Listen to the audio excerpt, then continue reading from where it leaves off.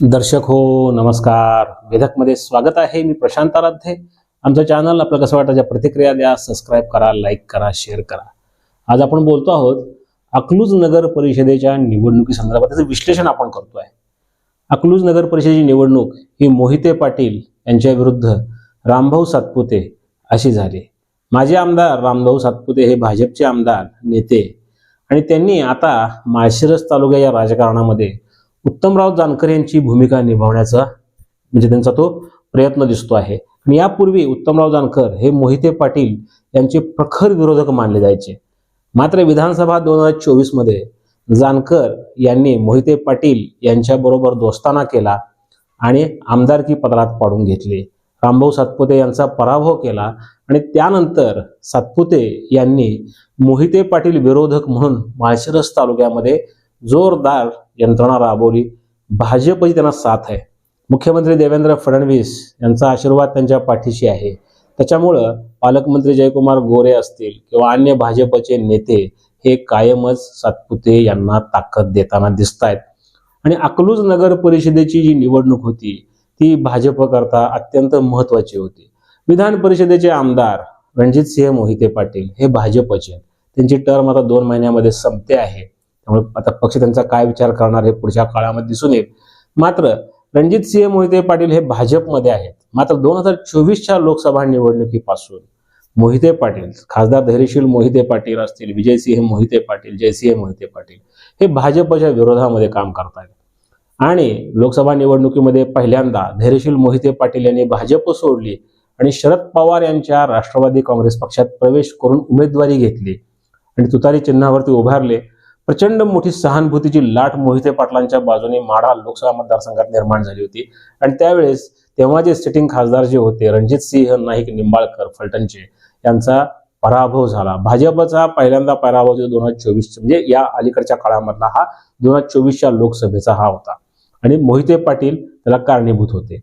यानंतर विधानसभा निवडणुकीमध्ये सुद्धा रणजितसिंह मोहिते पाटील यांनी तटस्थ भूमिका, ज्याप्रमाणे लोकसभा निवडणुकीमध्ये ते तटस्थ राहिले कारण त्यांचे बंधूच निवडणूक रिंगणामध्ये शरद पवार यांच्या पक्षाकडनं होते.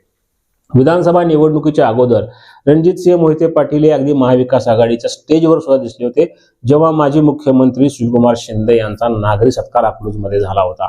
त्यावेळेस ते स्टेजवर पण दिसले. मात्र नंतरच्या काळात पुन्हा ते भाजपच्या नेत्यांबरोबर दिसले.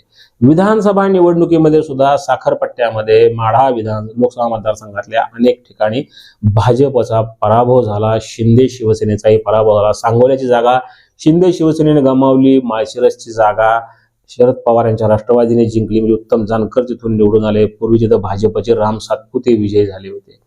आणि विधानसभा निवडणुकीमध्ये मोठ्या प्रमाणात इथं भाजपला फटका बसला, त्याचबरोबर महायुतीला फटका बसला. आणि यानंतर सुद्धा भारतीय जनता पक्षाने माळशिरस तालुक्यावर आपलं लक्ष केंद्रित केलं. राम सातपुते यांना ताकद देऊन अकलूज नगर परिषद निवडणुकीमध्ये चुरस निर्माण केली. या संपूर्ण काळामध्ये त्यांनी रणजितसिंह मोहिते पाटील यांच्यावर पक्षविरोधी कारवाई केल्या म्हणून कोणतीही कारवाई केली नाही. उलट रणजितसिंह मोहिते पाटील हे सतत भाजपच्या नेत्यांबरोबर, मुख्यमंत्र्यांबरोबर, केंद्रीय नेत्यांबरोबर दिसत होते. त्यांचे प्रश्नही सुटत होते.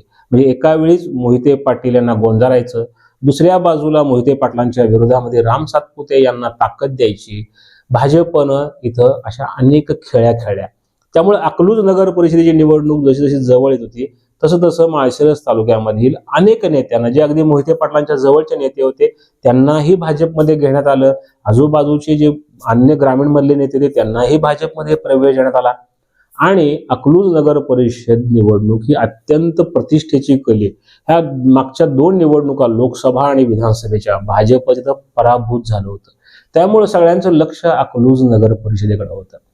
पालकमंत्री जयकुमार गोरे यांनी सोलापूर जिल्ह्यातल्या सगळ्याच नगर परिषद नगरपंचायतीची जबाबदारी आपल्या खांद्यावर घेतली होती. त्यातल्या त्यात अकलूजमध्ये त्यांचं जास्त प्रेम दिसत होतं, कारण मोहिते पाटलांना टक्कर द्यायची होती आणि जयकुमार गोरे हे मोहिते पाटील विरोधक म्हणून ओळखले जातात. रणजितसिंह नाईक निंबाळकर यांचे खास मित्र असणारे गोरे यांनी अकलूजमध्ये झंझावाती प्रचार केला. राम सातपुते यांनी प्रचाराची अगदी राळ उठवून दिली होती. प्रचंड आरोप प्रत्यारोप झाले. कधीही अकलूजमध्ये अशा पद्धतीची निवडणूक झाली नव्हती. मात्र या निवडणुकीचं एक वैशिष्ट्य होतं, ते म्हणजे डॉक्टर धवलसिंह मोहिते पाटील यांनी राष्ट्रवादी काँग्रेस पक्ष अजित पवार पक्षात प्रवेश करत तिथं संपूर्ण पॅनल लावलं आणि लढत तिरंगी झाली। याचा फायदा राष्ट्रवादी काँग्रेस पक्ष शरदचंद्र पवार पक्षालाही झाला असं दिसून येतंय निवडणुकीच्या एकंदर निकालानंतर। याचबरोबर थोडा फटकाही तिरंगी लढतीचा तुतारीला बसला तसा कमळालाही तिथं बसलेला आहे।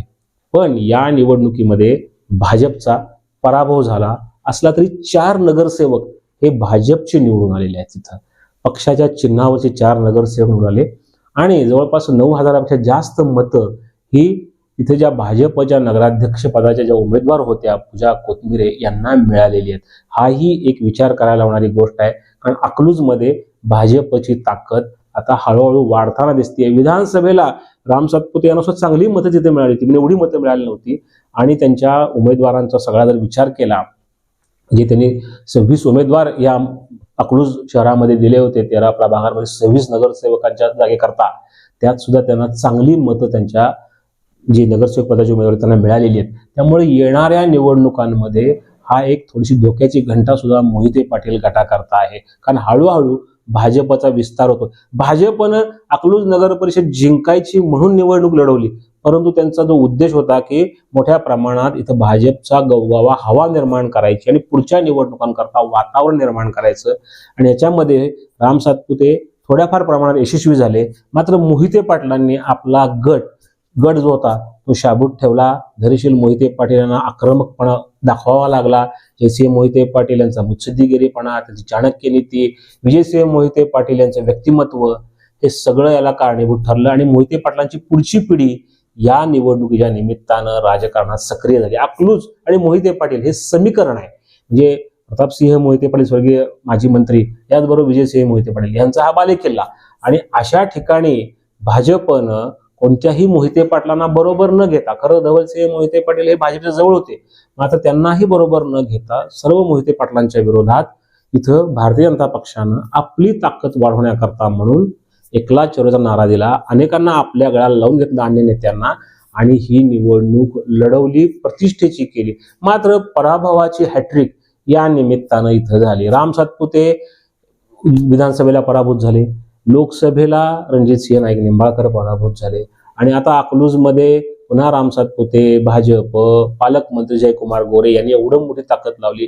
तरी पण पराभूत व्हावं लागलं। मोहिते पाटलांच्या विरोधात 3 निवडणुका लढवून इथं भाजपला यश मिळालं नाही, फक्त ताकद वाढवायचं काम आहे ते अकलूज नगर परिषद निवडणुकीच्या निमित्तानं झालंय। आता ह्याचे पडसाद येणाऱ्या जिल्हा परिषद पंचायत समिती निवडणुकीत कितपत उमटतात, आणि याचबरोबर यानंतर जेव्हा कधी माळशिरस, नातेपुते, श्रीपूरच्या जेव्हा निवडणुका होतील नगरपंचायतींच्या, तेव्हा त्यात किती फरक पडतोय हे पाहणं औत्सुक्याचं आहे। मात्र भाजपच्या पराभवाची हॅट्रिक इथं झालेली आहे, आणि ह्या सगळ्या पार्श्वभूमीवर आता भाजप इथं विधान परिषदेचे आमदार असणारे रणजितसिंह मोहिते पाटील यांच्याबाबत काय विचार करणार, कारण त्यांची तर आमदारकी आता 1-2 महिन्यामध्ये संपती आहे, टर्म संपती आहे, त्यामुळे भाजप त्यांना पुन्हा विधान परिषदेवर घेण्याची शक्यता अत्यंत कमी आहे। मात्र जर भाजप त्यांना बरोबर घेऊन भाजपची ताकद वाढवणार असेल पक्षाचा, तर वेगळा विचार करणार असेल किंवा मोहिते पाटलांना आपण या भागामध्ये पराभूत करू शकत नाही किंवा मोहिते पाटलांची ताकद जास्त आहे आणि त्यांनाच बरोबर घ्यायचा निर्णय समजा भाजपनं घेतला तर काहीही होऊ शकतं। मात्र या शक्यता आहेत, असं होऊ शकतं असा आमचा दावा नाहीये। मात्र 3 वेळा इथं मोहिते पाटलांनी भाजपला टक्कर दिली। खरं तर 2024च्या लोकसभा निवडणुकीतली जी टक्कर होती ती अपरिहार्य होती मोहिते पाटलांकरता, कारण त्यांच्या अस्तित्वाची लढाई होती। रणजितसिंह नाईक निंबाळकर हे मोहिते पाटील पक्षात असूनही मोहिते पाटलांच्या विरोधात असल्याचं चित्र होतं, आणि त्यांना विरोध करण्याकरता म्हणून रणजितसिंह मोहिते पाटील यांचे बंधू धैर्यशील मोहिते पाटील यांनी भाजपचा त्याग केला। तत्पूर्वी त्यांनी भाजपची ताकद या भागात खूप वाढवली होती।